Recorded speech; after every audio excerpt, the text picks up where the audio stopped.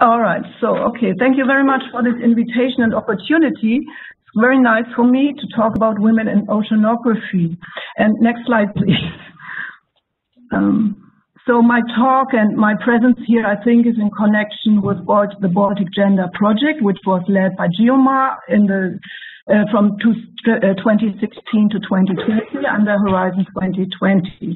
And I recommend to all those who are interested in gender in the marine sciences or oceanography or so to look at the webpage and under outcomes, because there's a lot, huge information about, there are handbooks, checklists, brochures, reports, you name it, about this topic. So I think it's very recommendable, and here you see the webpage, the link. So my talk is a little bit linked to the Baltic Gender Project, and one is in a particular to one aspect, and this is, please click. That is, yeah, to make scientific achievements of women visible, because in the past and in the present we often lack knowledge. We all know perhaps Madame Curie as a scientist, but then it becomes very thin. Next click. Yeah, and then we had Susan Buckingham in the advisory board on Baltic Gender, and she has written in a brochure, as you see here, women scientists are frequently less celebrated and sometimes even airbrushed from history, and that is why we should make the achievements visible. Next slide.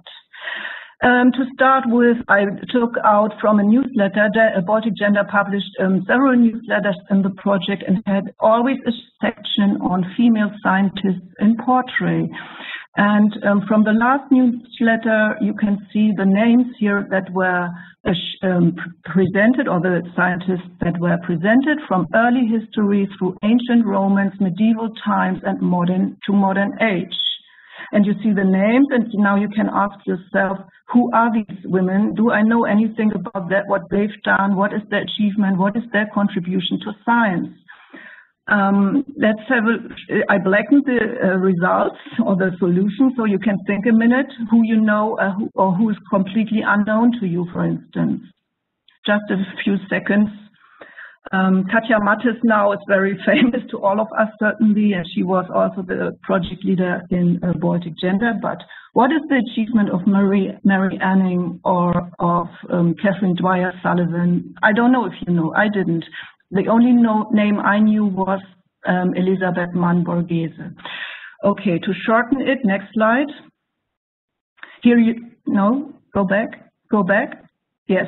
Here you see the solutions for my question. If we had a quiz, for instance, so Mary Anning, for instance, was a very dedicated English fossil collector, or Catherine Dwyer Sullivan, an American oceanographer and astronaut, for instance, and so on. So you can find information about their biographies in the Baltic Gender newsletters, and I will not talk about them. Next slide. But we have to ask ourselves, why don't we know the names of these women? Why don't we know their stories? Why do we not learn at school about them, or in the university, I would say? And next, click. Yeah, the answer is, it's a very simple answer. It's the impact and the legacy of women's former exclusion from and also current underrepresentation in the sciences. Next, click. So therefore, we really should put effort into it to make women's scientific contributions and achievements visible and public, so we can create notable, unstereotyped role models. And this is our task. I think we should try and tell an inclusive history and inclusive science history. Next slide. So for today, now I will look at women in oceanography under certain aspects. What I've written on the right side: women scientists were not permitted to sail on oceanographic vessels up to the mid-1960s, which makes them is a major impediment in a scientific career in oceanography, I think. And in the picture, you see women, early female scientists who tried to collect samples on the beach. Okay, click again. So I will, in the following, I will refer to some very famous US institutions, which you might know better than I do. So I will use the abbreviations like Scripps, Woods, and Lamont. Okay, next. So my first look now is to women on board in history. Traditionally, yes, it's like women were not wanted on board of a ship. It's part of superstition, of myths and legends. So women were seen as bringing bad luck and disaster, rough sea, rough waves, bad weather, and so on. So this was, women were not allowed to be part of the crew. This was completely taboo. On the other hand, main captains often took wives and families along, and the woman in the corner here is a German wife of a captain who even saved a big schooner, three-mast schooner from and sailed it when the crew was ill from Mauritius to Australia. This is Margarethe Meinders. Next. But a very famous story comes with Jeanne Barey. Maybe you've heard of her, a botanist who disguised as a man on the first French circumnavigation led by Louis de Bougainville in the 18th century. And about her, it is said that she became the first woman to circumnavigate the globe. And I will tell a bit more about her in a minute. Again, 3 clicks, please. This one, next, and the next, stop. So here, her story is a bit famous, Jeanne Barey, but there are other women, and we don't know the names, or there are some stories. But we have evidence, and there are objects that women found, that women used on ships as peer assistants, as you see here in the illustration, which we can publish with permission by Marai Schweitzer. This is illustrated, and very interesting little objects I find through the centuries. So there were several women who were interested, who wanted to go to sea, and they then had the only way to disguise as a man in former times. Again, click. But, as I said before, in general, women scientists were not permitted to sail on these vessels up to the mid-1960s. It's a 300-year story here. And the taboo only was broken at, yes, Scripps in 1963 through a Soviet Union of scientist, Elena Lubimova, and I will also tell that story a little bit later. Okay, next slide. So here comes Jeanne Barey. You see her, a picture of her here, and the best information you can find, there is a lot of information, a bit contradictory, a bit of a legend. So I think the best information was given in a radio broadcast, but this is only in German, so maybe you cannot understand it. So her story is the following. Disguised as a man, she went on board of this expedition as an assistant of a very famous botanist named Philibert Commerson. So she was dressed as a man, disguised as a man, and the crew became very early, they became already suspicious about him, but because she worked so hard and did all the things the man did, and they couldn't believe she is a woman, and so they believed she is a man. Next. And she helped to collect and identify over 6,000 plant specimens over the globe during this voyage. It is not certain how many plants she has discovered, but she helped and to discover a lot of things. So then the legend says, it says she was discovered and recognized as a woman when they had a stopover in Tahiti. The natives recognized her by her smell as a woman. That's a legend, it's not true. And next, she was unfortunately discovered as a woman by the crew, and the ugly side of the story is that she then was raped several times by crew members. So through all these problems created by her gender, she and Commerson had to leave the expedition in Mauritius in 1768, and they stayed there. He died there. She made some fortune there. She made some money there, and then she returned next to France with a then husband, and that is why they call her now the first woman to have circumnavigated the globe. So that's the story. She died in France, quite well off. Next. And she received even a pension, indeed, for her services at sea. So I think this is a very, very interesting story to tell. Okay, next. Generally then, if we look after, so the whole time women were not allowed on sea, and after the World War II, even women scientists were still forbidden to go to sea, and when it was a bit more open, it was still actively discouraged, for instance, by the directors of the famous institutions. The only exceptions were made for women who sailed as wives of marine scientists. So there are some couples who did cruises together. So, for instance, husband-wife teams where both were scientists and they went on research. However, in general, women were forbidden at sea. A female scientist in her own right was not allowed on a research vessel. Okay, then next, we have the story of Jeanne d'Arc of oceanography. Her name is Roberta, and I think I will pronounce it Aki. I'm not sure I will say Aki. Her name is Roberta Aki. So her story is the following. She was had a summer fellowship at Woods, and she was very keen with her research, and she also wanted to go to sea to finalize her research. You can click, please. Yes. So to conduct her necessary research, she needed to go to sea, but she was denied access again and again. Next, so one day she just decided she would go on board. She stowed away in the bilge of a research vessel that left for a biology expedition on sea, and it was led even by her supervisor, George Clark. However, she was discovered after a while, and she also was sick on board. Andrew, Yeah? le voy a pedir. I just carry on. So she was discovered, she was sick, and after her discovery, she was just confined to the captain's cabin. They stayed a bit, but then they returned early because she didn't like to have her on board, so it made it to the newspaper.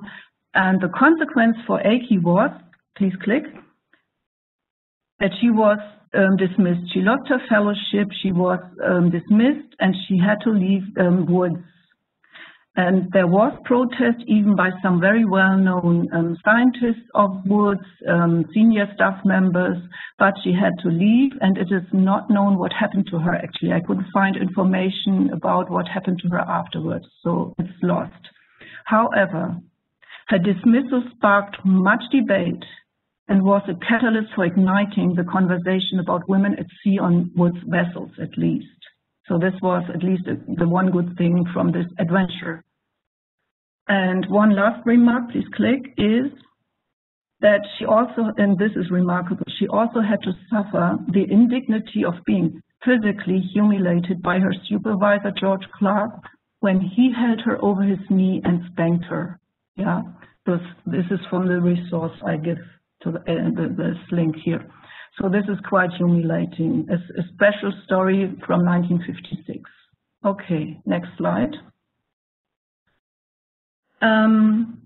So we have some some accomplished, famous oceanographers or scientists, and one of them, for instance, is Mary Sears. I'd like to introduce to you.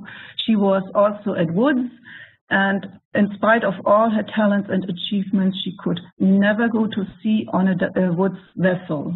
Next. Another famous researcher, but this time Lamont, is Marie Tharp, who never set a foot on a Lamont ship, but she could go on board of the Navy vessel Kane later in '68.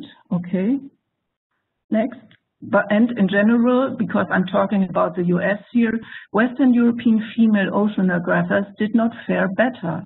For instance, in Germany, women did not sail on German oceanographic vessels before 1974 even, which is even later than the US. Next.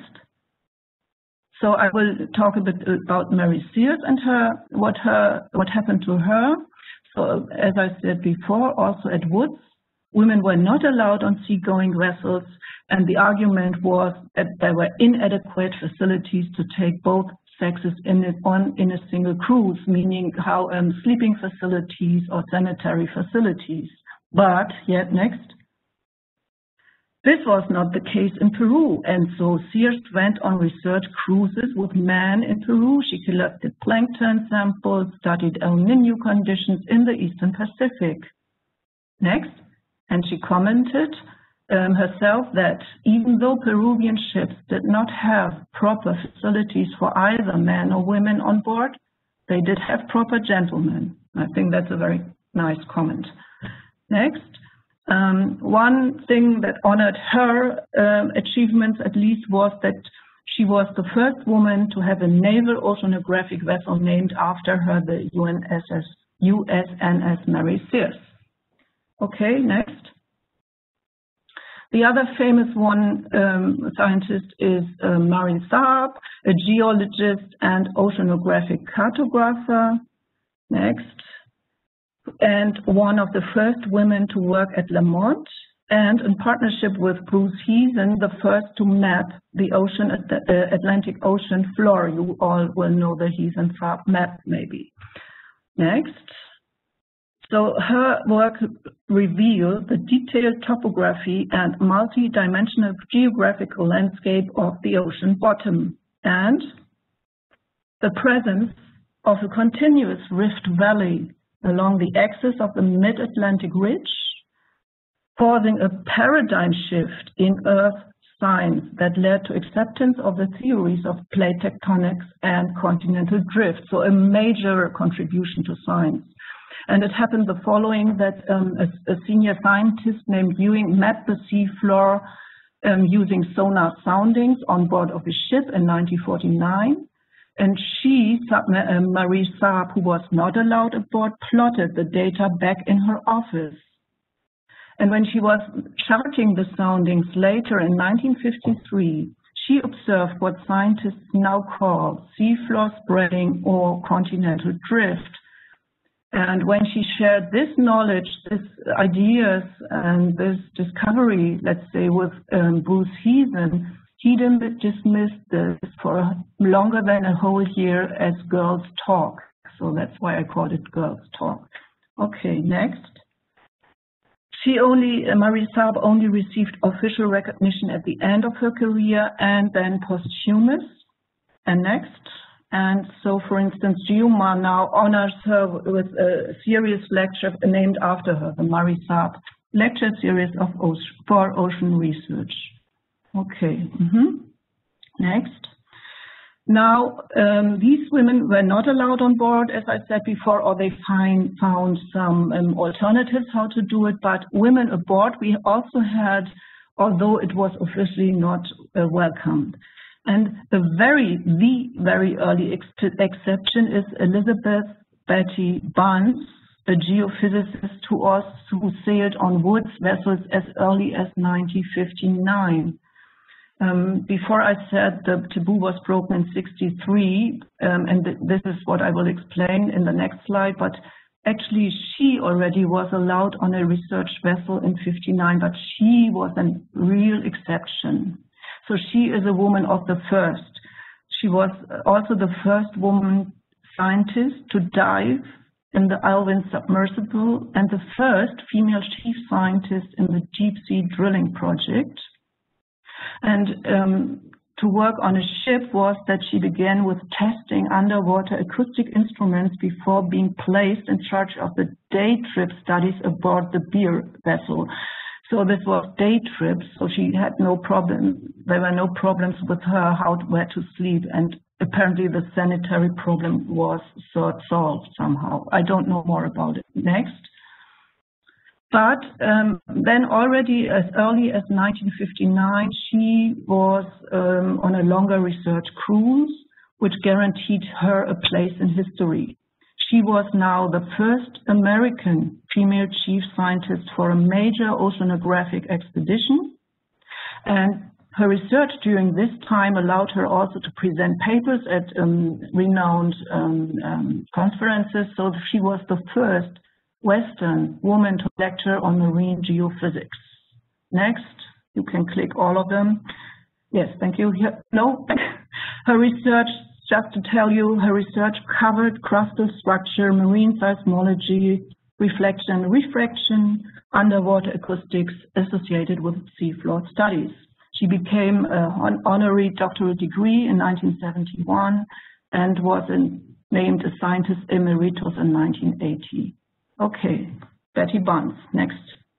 Now, breaking the taboo, and here in the picture you see also Marie Saab on the right, and then this Russian woman from geophysicist Elena Lubimova. Okay, breaking the taboo. The story goes like this. In the fall of 1963, in the turmoil of new ideas about the plate tectonic debate, Scripps now was preparing a major expedition to the Pacific, and a few weeks before the departure, it was announced that 2 Soviet scientists were to join the cruise. And this was very, very, very unusual. It was in the middle of the Cold War. The Cuba crisis was in '62, but apparently due to a small crack in the Iron Curtain, the 2 Soviet scientists could join this cruise. Next.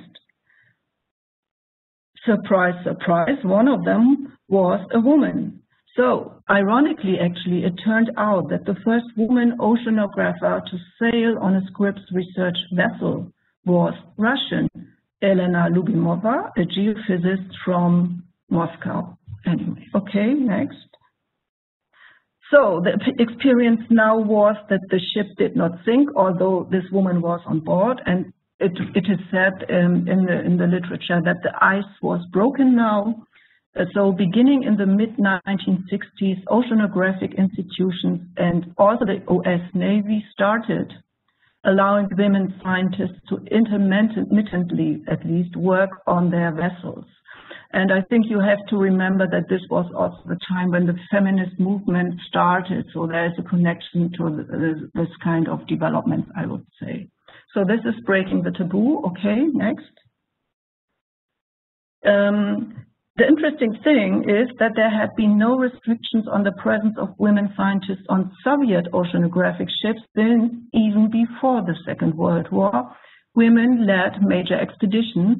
Next, and you see in the picture here of Maria Klonova. She was the first female scientist in Antarctica, for instance, and she was a pioneer in Russian geological oceanography. And she already led early expeditions in the 1930s to the Northern Seas, the Atlantic, also Southern Oceans, and she authored a major book. So Maria Klonova, okay, next.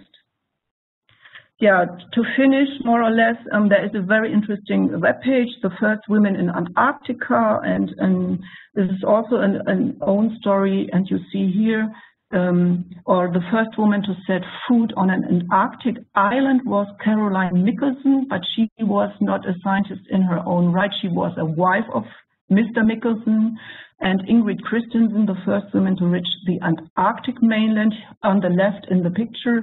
She also was a wife of someone. So, but these were also interesting biographies. Okay, next.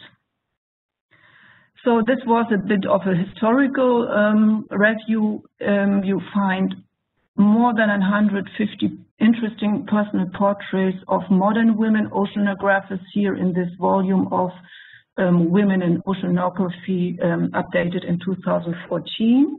So from all range of countries, institutions, and so on and so on. So you find information if you're looking for good examples.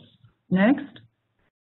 And I also would like to mention this little book. It's an illustrated book about women in science, 50 fearless pioneers who changed the world. It's done by Rachel Ignatowski, who also gives a very nice short TEDx talk. If you want to look at it, the link is here.